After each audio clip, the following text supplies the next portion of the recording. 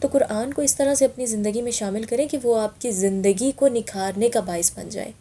قرآن کو کہا گیا ہے کہ ہدایت ہے تمام انسانیت کے لیے، اور سورۃ البقرہ میں کیا فرمایا گیا کہ ہدایت ہے متقین کے لیے۔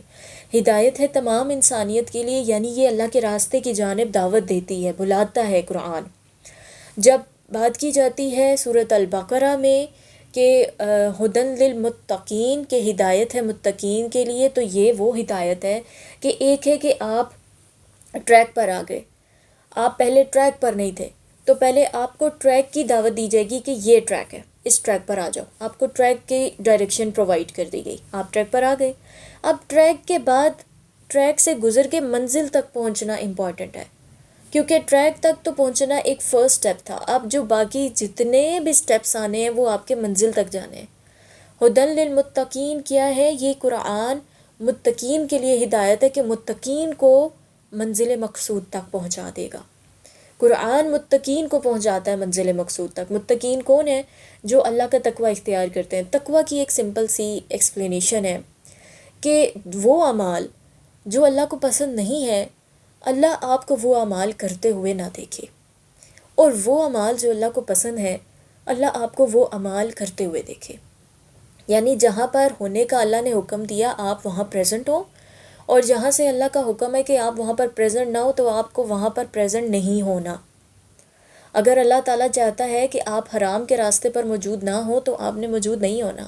اللہ چاہتے ہیں کہ آپ نماز کے لیے اول وقت میں آئے تو آپ نے صلاح کے لیے اول وقت میں جانا ہے۔ اپنے فرائض کی پابندی، اون پریورٹی فرائض کی پابندی، کیونکہ فرائض سے آپ کا داخلہ جنت میں ہونا ہے، اور آگے جو نوافل ہیں، باقی ساری عبادات ہیں، ان سے آپ کے درجات بلند ہوتے ہیں۔ تو یہ جو انٹرنس ہے یہ کس سے پکی ہوگی؟ یہ آپ کے فرائض سے پکی ہوگی۔ تو فرائض کے اوپر اپنا، اب صلاح سیریز کے بعد آپ لوگوں نے پورا سال اب پوری کوشش کرنی ہے کہ آپ لوگوں نے اپنے فرائض کو پکا کرنا ہے، فرائض میں ڈھیل نہیں آنے دینی۔ تو انشاءاللہ عز و جل باقی جو معاملات ہیں اللہ پاک اس میں بہتری کے راستے کھول دے گا۔ تو ہم نے سیکھا کیا کہ جب ہم اللہ اکبر کہہ رہے ہیں تو شیطان ہمیں ڈائیورٹ کر رہا ہے اللہ تعالیٰ کے راستے سے، ہمارا فوکس جو ہے وہ ہٹا رہا ہے۔ ہم بار بار اللہ اکبر کہیں گے، اپنے آپ کو ری ڈائریکٹ کریں گے کہ اللہ از مائی پریورٹی، ٹھیک ہے؟ اس کے بعد اب دیکھیں کہ ہمارا جب ہم جاتے ہیں رکوع کے اندر تو ہم جو پڑھتے ہیں وہ کیا پڑھتے ہیں کہ سبحان، اس کے بعد ربی،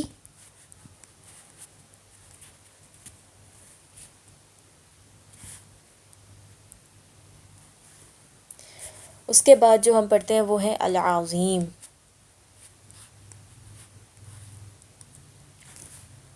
اب جو سبحان ہے اس کا میننگ کیا ہے بھائی؟ کوئی اور کلر لے لوں، نہیں تو لڑکے کہیں گے کہ میم نے پنکی کلر چوز کیا ہے۔ سبحانہ، سبحانہ دیکھیں جی اس کا میننگ ہے ایبسولوٹلی پرفیکٹ۔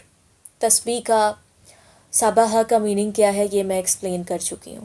اور جب آپ جو ہے وہ جھک رہے ہیں اور کہہ رہے ہیں سبحانہ، اب آپ دیکھیں نماز کو نہ کہا جاتا ہے کہ یہ ایک مکمل عبادت ہے۔ کیسے؟ آپ باقی ساری عبادتیں دیکھیں تو اس میں ایک جگہ پر آپ کیا کر رہے ہوں گے کہ آپ قرآن کی تلاوت کر رہے ہیں، دوسری طرف آپ تسبیح کر رہے ہیں، آپ درود شریف پڑھ رہے ہیں، آپ استغفار کر رہے ہیں، تو اذکار کر رہے ہیں، باقی تسبیحات پڑھ رہے ہیں۔ نماز ان سب کا نچوڑ ہے، یہ سب چیزیں نماز کے اندر موجود ہیں۔ تو قیام اس کو کیوں اہمیت حاصل ہے؟ کیونکہ یہ ساری عبادتیں جمع ہو جاتی ہیں نماز کے اندر، صلاح کے اندر۔ تو جو صلاح کے اندر 5 ٹائمز اے ڈے پریزنٹ ہے، اور اس کے بعد نوافل میں بھی وہ پریزنٹ ہے، اور وہ اللہ کی تسبیح بیان کر رہا ہے، تو کیا اس کی زندگی میں اندھیرے بچیں گے؟ کیا وہ ڈوبے گا اس دنیا کے اندھیروں میں؟ اس دنیا کی لذات کی خباثتوں کے اندر، غلاظتوں کے اندر وہ ڈوبے گا؟ وہ نہیں ڈوبے گا۔ تو یہاں پر ایک سمپل جو میننگ ہے وہ میں لکھ رہی ہوں کہ ایبسولوٹلی پرفیکٹ۔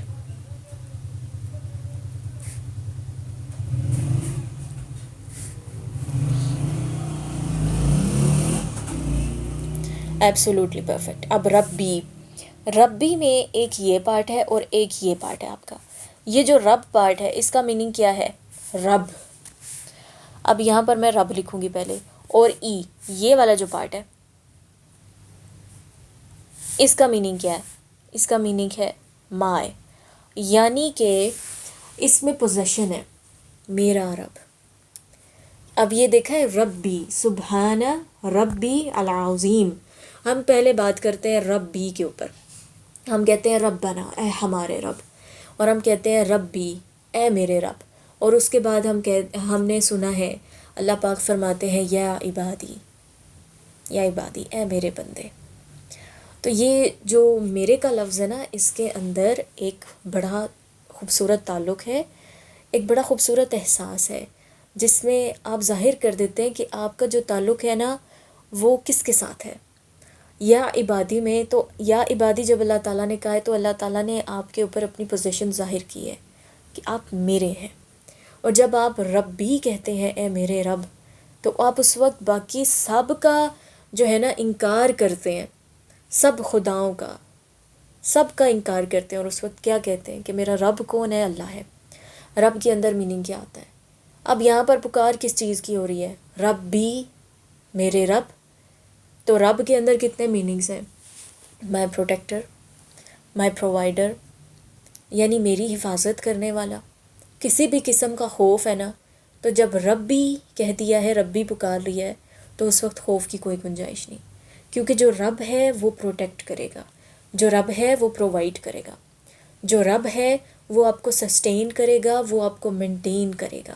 یعنی جو بھی خرابیاں آپ کے اندر آ جاتی ہیں نا، ان کو درست کرنا، جو چیزیں خراب ہو گئی ہیں ان کی مرمت کر کے دوبارہ سے آپ کو کھڑا کرنا، اور آپ کو بہتر سے بہتر بنانا، ایک چھوٹے سے پوائنٹ سے ایک جو احسن تقویم ہے اس پوائنٹ تک لے کر جانا، یہ سب کون کرتا ہے؟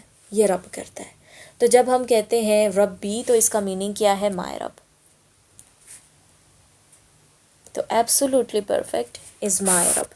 اب جو اصل چیز آتی ہے ہماری سمجھنے والی، وہ اس تھرڈ ورڈ کے اندر آئے گی، کیونکہ یہ ہمارے لیے نیا ورڈ ہے. پہلے ورڈز کو ہم کور کر چکے ہیں. العظیم جو ہے یہ بھئی نکلا ہے، comes from the root word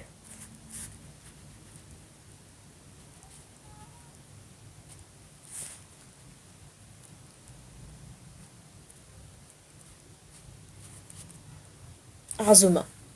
اب اس کا مطلب کیا ہے؟ اس کا مطلب ہے some thing strong. Strong, firm and solid.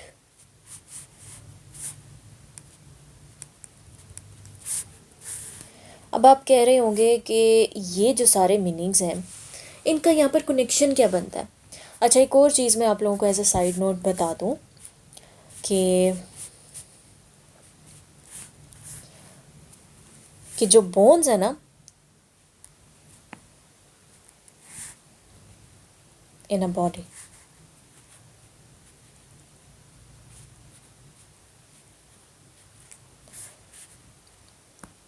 is called عظم.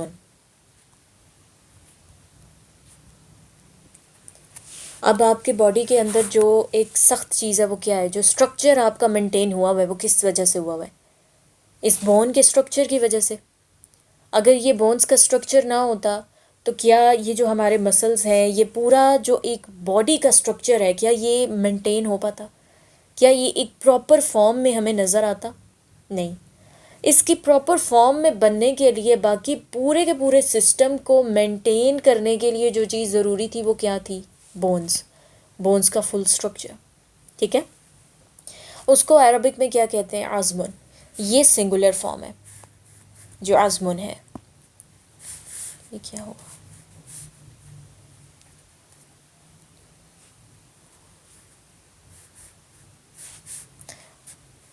خیر، اب میں دوبارہ سے یہ کرنے لگی ہوں.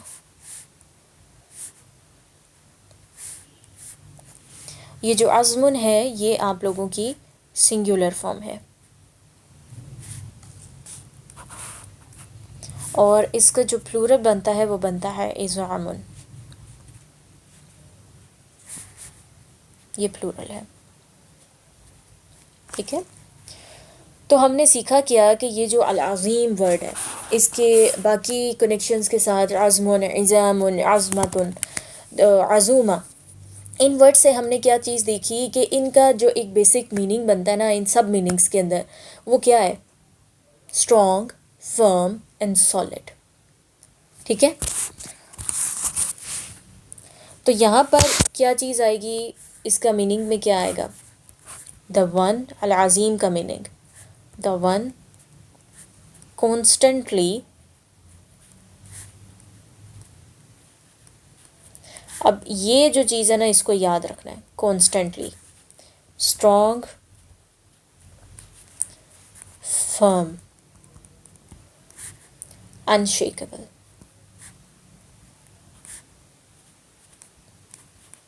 اب مجھے یہ بتائیں کہ جب ہم رکوع کی پوزیشن میں ہوتے ہیں، رکوع کی پوزیشن، تو کیا وہ پوزیشن ہماری کافی اسٹرانگ پوزیشن ہے کہ اگر ہمیں کوئی آ کے پش کرے گا تو ہم آگے گریں گے نہیں؟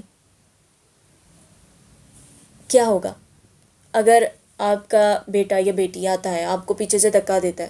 اب وہ چھوٹا بچہ ہے، لیکن اگر وہ آپ کو آگے دھکا بھی دے گا تو آپ لڑکھڑا جائیں گے، اور اگر اس نے کوئی فورس کے ساتھ دھکا دے دیا تو آپ تو گر ہی جائیں گے. ایسا ہوگا کیونکہ جو رکوع کی پوزیشن ہوتی ہے وہ ان بیلنسڈ ہوتی ہے اور دا موسٹ awkward پوزیشن ہوتی ہے، ان بیلنسڈ، انسٹیبل پوزیشن. اب اس انسٹیبل، ان بیلنسڈ پوزیشن کے اندر اس تسبیح کا پڑھنا سبحان ربی العظیم، اس کے اندر کنیکشن کیا ہے؟ ہم اپنی اس پوزیشن میں جا کر کیا چیز بتاتے ہیں کہ ہمارے اندر جو ہے نا وہ فرمنس نہیں ہے، ہم انسٹیبل ہیں، ہم ان بیلنسڈ ہیں، اور ہمیں جو چیز مضبوطی عطا کر سکتی ہے وہ صرف ہمارا رب ہے، اور رب کون ہے؟ العظیم ہے. اب سمجھ میں آیا؟ تو جب ہم اپنی زندگی کے اندر دیکھتے ہیں کہ ہم لوگ کمزور پڑ رہے ہیں، ہم سے گناہ نہیں چھوٹ رہے، یہ نہیں ہو رہا، وہ نہیں ہو رہا، ہمیں ہمت کون دے گا؟ ہمیں مضبوطی سے کھڑا کون کرے گا؟ العظیم. تو جب آپ رکوع کے اندر جھکیں اور پڑھیں سبحان ربی العظیم، سبحان کا کیا مطلب ہے؟ سبح، کہ یہ آپ کو اندھیروں سے اوپر لے جائے گا، آپ ڈوبو گے نہیں. ربی کا کیا مطلب ہے؟ پوزیشن، یہ محبت کا ایک تعلق ہے. العظیم کا کیا مطلب ہے؟ جو کانسٹنٹلی اسٹرانگ ہے، فرم ہے اور انشیکیبل ہے. جب ہم رکوع میں جاتے ہیں تو ہم اپنے آپ کو ولنگلی ایک ایسی پوزیشن کے اندر پٹ کرتے ہیں جو ان بیلنسڈ ہوتی ہے. ٹھیک ہے، اور ایکسٹریملی ان بیلنسڈ اور ولنریبل سچویشن ہوتی ہے وہ، کہ کوئی بھی آ کے دھکا دے گا آپ گر جاؤ گے. تو ایسی سچویشن میں، ایسی پوزیشن میں لے جا کر اس تسبیح کا پڑھنا سبحان ربی العظیم، اس کا مطلب کیا تھا کہ ہماری زندگی کے اندر جو اسٹرینتھ آئے گی نا، جو چیز ہمیں مضبوطی سے کھڑا کرے گی، جو چیز ہمیں مضبوط کردار کا بنائے گی، مضبوط اعمال کا بنائے گی، وہ سبحان ربی العظیم ہے. رب کی تسبیح ہمیں اندھیروں سے نکالتی ہے، ایسے معاملات سے نکالتی ہے جو ہمیں اپنے اندھیرے میں ڈبو گئے تھے. اور جب ہم کمزور ہیں تو اس وقت ہم نے یہ اس پوزیشن میں جا کر یہ پڑھا نا سبحان ربی العظیم، ہم اس بات کا جو ہے نا وہ اس بات کا اعتراف کرتے ہیں کہ ہمارے اندر جو اسٹرینتھ ہے نا وہ اس مومنٹ پر نہیں ہے. ہم کانسٹنٹلی اسٹرانگ نہیں ہیں، ہم کانسٹنٹلی انشیکیبل نہیں ہیں. کانسٹنٹلی اسٹرانگ، فرم اینڈ انشیکیبل کون ہے؟ صرف ہمارا رب ہے جو العظیم ہے. اب نیکسٹ ٹائم زندگی میں جب بھی ویک مومنٹس آئیں گے نا، تو جب صلاح کو ادا کریں گے تو اس وقت جب رکوع میں جائیں گے اللہ اکبر کہہ کر، تو پھر آپ نے جب یہ تسبیح پڑھنی ہے نا سبحان ربی العظیم، تو اس وقت یاد رکھیے گا کہ جب آپ نے العظیم کو پکار لیا ہے نا، جب العظیم کو پکارا ہے تو وہ آپ کو کمزور نہیں رہنے دے گا، وہ آپ کو گرنے نہیں دے گا، وہ آپ کو بچا لے گا. یہاں پر آج اب رکوع کا جو لیکچر ہے وہ اینڈ کرتے ہیں، اور انشاءاللہ عز و جل کل کی کلاس کے اندر ہم لوگ جو ہے وہ سیکھیں گے کہ رکوع کے اندر ہم سبحان ربی العظیم کے بعد کون سی جو تسبیحات ہیں، دعائیں ہیں، وہ پڑھ سکتے ہیں. تو ہم ان کے اوپر انشاءاللہ کل لیکچر کریں گے. جزاکم اللہ خیر. دعاؤں میں یاد رکھیے گا اور اپنے رمضان کو اچھے سے اینڈ کریں، کیونکہ جب آخر اچھا ہوتا ہے تو سب اچھا ہوتا ہے، اگر آخر برا ہوگا تو سب برا ہو جائے گا۔ ایک ایگزامپل میں یہاں پر دیتی جاؤں، دو بھائی تھے، یہ بنی اسرائیل کے دور کی مثال ہے۔ دو بھائی تھے اور ایک جو ہے وہ نیچے رہتا تھا اور ایک جو ہے وہ اوپر والے پورشن کے اندر رہتا تھا۔ جو نیچے والا تھا نا وہ اللہ تعالیٰ کا فرما بردار تھا اور ایک متقی انسان تھا۔ جو اوپر رہنے والا تھا وہ گنہگار تھا، سیاہ کار تھا۔ اب جو نیچے والا ہے نا وہ ایک دن سوچتا ہے کہ یہ میرا بھائی جو ہے اس کے تو مزے ہیں، یہ اپنی زندگی میں ہر ایک چیز کو انجوائے کرتا ہے، جیتا ہے اور خوشی سے زندگی گزار رہا ہے، اور میں ہوں کہ زندگی کی تمام رنگینیوں سے دور ہوں۔ اور انہی لمحوں میں جو اوپر والا ہے نا بھائی، وہ یہ سوچتا ہے کہ یہ جو میرا بھائی ہے اس کا اللہ کے ساتھ کتنا گہرا تعلق ہے، کتنا خوبصورت تعلق ہے، کتنی خوبصورت زندگی ہے اس کی، تو کتنی خوبصورت اس کی آخرت ہوگی۔ جب نیچے والا یہ سوچ رہا ہے کہ اوپر والے کی زندگی کتنی رنگین ہے، تو اوپر والا یہ سوچ رہا ہے کہ نیچے والے کی زندگی کتنی حسین ہے۔ اب کیا ہوتا ہے، درمیان میں سیڑھیاں، تو اب جو نیچے والا ہے نا وہ یہ نیت کر لیتا ہے کہ اب میں نے اس راستے سے ہٹ جانا ہے اور میں اپنے بھائی کے پاس جاؤں گا اور مل کر جو ہے وہ زندگی کو جئیں گے، انجوائے کریں گے۔ اب یہاں سے وہ اوپر چڑھتا ہے اور دوسری جانب سے وہ اوپر والا بھائی جو ہے وہ کہتا ہے کہ میں اپنے بھائی کے پاس جاتا ہوں اور اس ہدایت کے راستے کو قبول کرتا ہوں اور اللہ کی ہدایت کے راستے پر آگے بڑھتا ہوں۔ اب یہ دونوں بھائی، ان کی زندگیاں گزر چکی ہیں، ایک کی زندگی جو ہے وہ اسلام پر گزری، ایک کی زندگی جو ہے وہ نافرمانیوں میں گزری، دوسرے کی فرما برداری میں گزری۔ اب کیا ہوتا ہے کہ ابھی یہ دونوں سیڑھیوں کے اوپر موجود ہوتے ہیں اور مڈ میں پہنچنے والے ہوتے ہیں کہ ایک ایسا جو ہے وہ معاملہ پیش آتا ہے کہ ان دونوں کی ڈیتھ ہو جاتی ہے، دونوں کی ڈیتھ ہو جاتی ہے۔ تو اب بتائیں کہ دونوں میں سے جنتی کون ہوگا اور جہنمی کون ہوگا، کون کامیاب ہو گیا اور کون ناکام ہو گیا؟ وہ جس کے قدم بڑھ گئے تھے اللہ کا راستہ چھوڑ کے نافرمانی کا راستہ اختیار کرنے کے لیے، اس کی نیت کیا ہو گئی تھی؟ اللہ کو چھوڑ کر آگے بڑھنے کی، اور اس کی آخرت برباد ہو گئی۔ اور وہ جو پوری زندگی نافرمانی کرتا رہا، لیکن اس نے آخر میں نیت کیا کر لی کہ اب میں نے اللہ کے راستے پر آگے بڑھنا ہے، میں نے اب اللہ سے وفا کرنی ہے، تو اس کے لیے معافی مل گئی اس کو اور اس کی آخرت سنور گئی۔ تو آخر میٹر کرتا ہے، پورے رمضان میں کیا کیا ہے، اگر اچھے اعمال کرتے رہے ہیں، آخر میں آ کے برے اعمال کر گئے، یا پھر عید کے دن، عید کی جو رات ہوتی ہے چاند رات، اس کو لیلۃ الجائزہ کہتے ہیں، یعنی جو ہے وہ پورا ایک جو اسٹرکچر ہوتا ہے اس کا جائزہ لیا جاتا ہے، دین آپ کو جو ہے نا اس کے اکارڈنگ جو ہے وہ نوازا جاتا ہے۔ یوں کہہ لیں کہ یہ گفٹس کی رات ہے۔ تو اب ڈپینڈ کرتا ہے کہ پھر آپ کو کیسے گفٹس ملیں گے، اور پھر ڈپینڈ کرتا ہے کہ آپ نے پورا رمضان اگر اچھے سے گزارا اور آپ نے آخر آ کر برباد کر دیا، تو پھر آپ اپنے اوپر کتنا ظلم کرنے جا رہے ہیں۔ اور اگر پہلے رمضان کے دنوں میں آپ سے نہیں اتنی ایکٹیولی پرفارمنس دینے ہوئی، اتنا کچھ آپ کو نہیں آتا تھا، جیسے صلاح سیریز میں جو علم آپ لوگوں نے سیکھا یہ آپ کے پاس پہلے نہیں تھا، اب یہ علم آپ کے پاس آیا، تو یاد رکھیے گا کہ اللہ کی بارگاہ میں جب انسان نے کھڑے ہونا تو اس سے 5 سوال کیے جائیں گے۔ عمر کہاں گزاری ہے؟ جو یوتھفل انرجی ملی تھی اس کو کہاں انویسٹ کیا ہے؟ پروڈکٹیو مسلم کیوں بننا ہے؟ کیونکہ جو پروڈکٹیو مسلمز ہوتے ہیں وہ اپنی یوتھفل انرجی کو پروڈکٹیو، کریٹیو اور پازیٹیو ویز میں انویسٹ کرتے ہیں، اور اگر اس یوتھفل انرجی کو ٹائم ویسٹ کرنے میں اور اللہ کی نافرمانی میں استعمال کر دیا تو پھر اس اللہ کی کورٹ میں اس وقت کیا جواب دو گے؟ جو تیسرا سوال ہے وہ یہ ہے کہ مال کن ذرائع سے کمایا، مال کے کمانے کے ذرائع حلال تھے یا حرام تھے؟ چوتھا سوال ہے کہ جو مال تھا وہ انویسٹ کہاں کیا ہے، کیونکہ مال ایک نعمت تھی بہت بڑی، ایک بہت بڑی مدد تھی اللہ کی جانب سے، تو اس کو کہاں انویسٹ کر کے آئے ہیں آپ لوگ؟ کیا بینکوں میں جمع کروایا؟ کیونکہ بینکوں میں جمع کروایا، بینکوں میں بھی چلو جمع کروایا ضرورت کے لیے ٹھیک ہے، دل میں تو جمع نہیں کیا نا، کیونکہ دل اللہ کی محبت کے لیے، دل کے اندر نا باقی محبتیں بے شک آپ رکھیں، منع نہیں ہے، رشتوں کے ساتھ محبت کرنا عبادت ہے، کام کے ساتھ محبت کرنا عبادت ہے، لیکن اگر وہ محبت اللہ کی محبت سے شدید ہو گئی نا، پھر وہ عبادت نہیں رہے گی، پھر وہ فتنہ بن جائے گی، پھر چاہے وہ مال کی محبت ہو، سونے کی محبت ہو، چاندی کی محبت ہو، انسان کی محبت ہو، اولاد کی محبت ہو، یا کسی کی بھی ہو، اگر وہ محبت آپ کے دل پر غالب آ گئی اور اللہ کی محبت شدید نہیں رہی، تو پھر اس وقت آپ خسارے میں اپنے آپ کو رائٹ ٹریک پر لے کر جائیں۔ اور جو پانچواں سوال ہوگا وہ یہ ہوگا کہ جو علم دیا تھا اس کا کیا کیا؟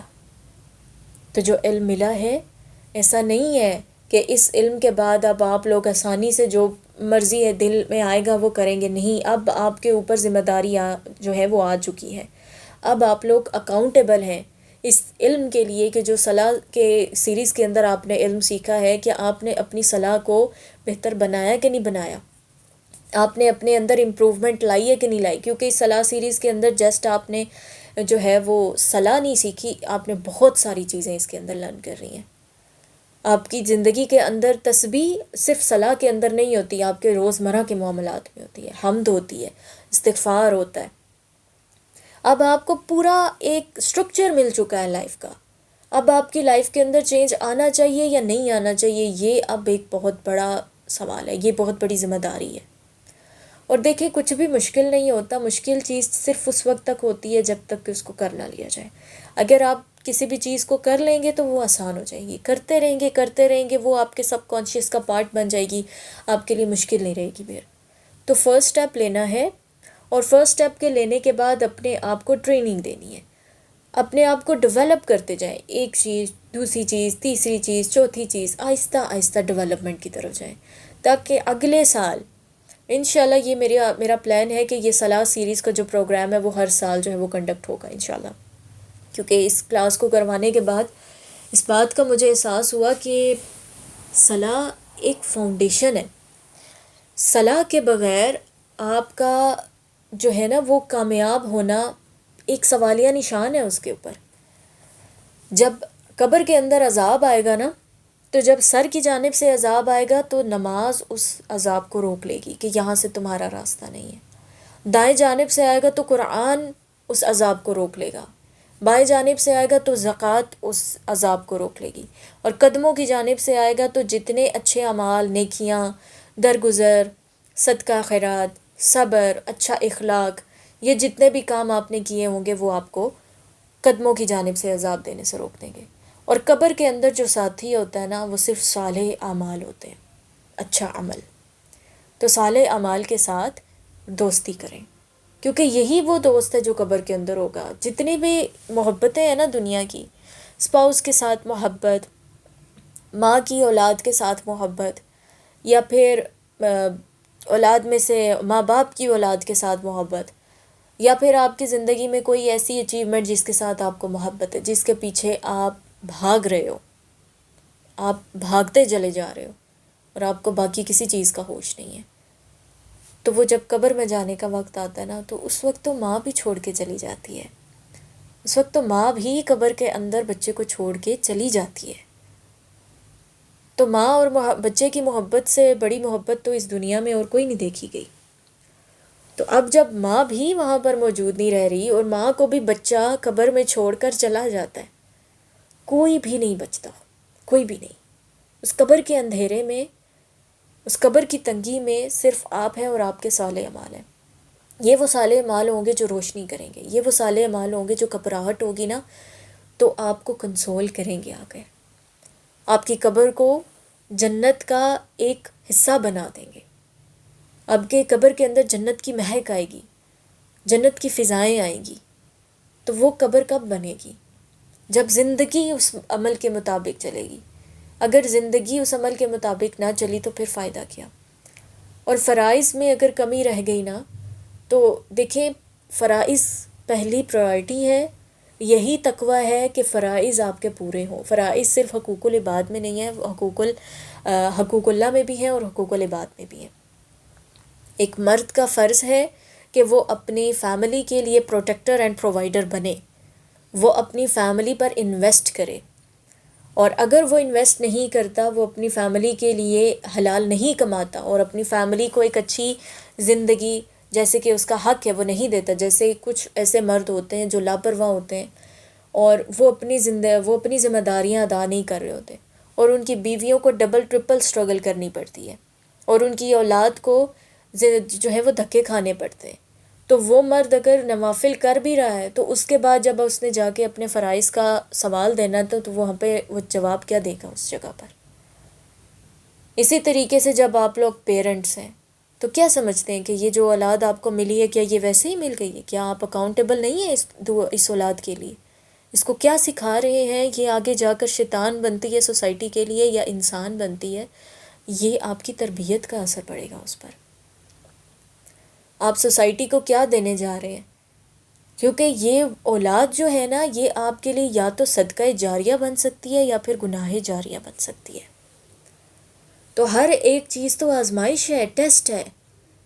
یہ جو دنیا ہے اس کو مکمل جہاں سمجھ کر جو لاپرواہ ہو گئے تھے، اب وہ لاپرواہی اپنے اندر سے نکالنی ہے اور زندگی کو بدلنا ہے. تو اس علم کے اوپر عمل کریں تاکہ زندگی خوبصورت ہو اور آخرت خوبصورت ہو سکے. اپنا آخر اچھا رکھیں. مجھے نہیں پتا کہ آج رمضان کی آخری رات ہے یا کل بھی ہمیں نصیب ہو جائے گی، لیکن اگر آخری رات ہے تو اس کا آخر تو اچھا ہے. الحمدللہ رب العالمین. صلاح سیریز ابھی مکمل نہیں ہوئی، ہمیں کچھ مزید ویکس لگیں گے انشاءاللہ عز و جل. عید کے ویک کی چھٹیوں کے بعد ہم لوگ ریگولرلی اس کو کنٹینیو رکھیں گے، لیکن مجھے لگتا ہے کہ آپ کے 2 to 3 ویکس لگ جائیں گے ابھی صلاح سیریز مکمل ہونے میں. جزاکم اللہ خیر، فی امان اللہ.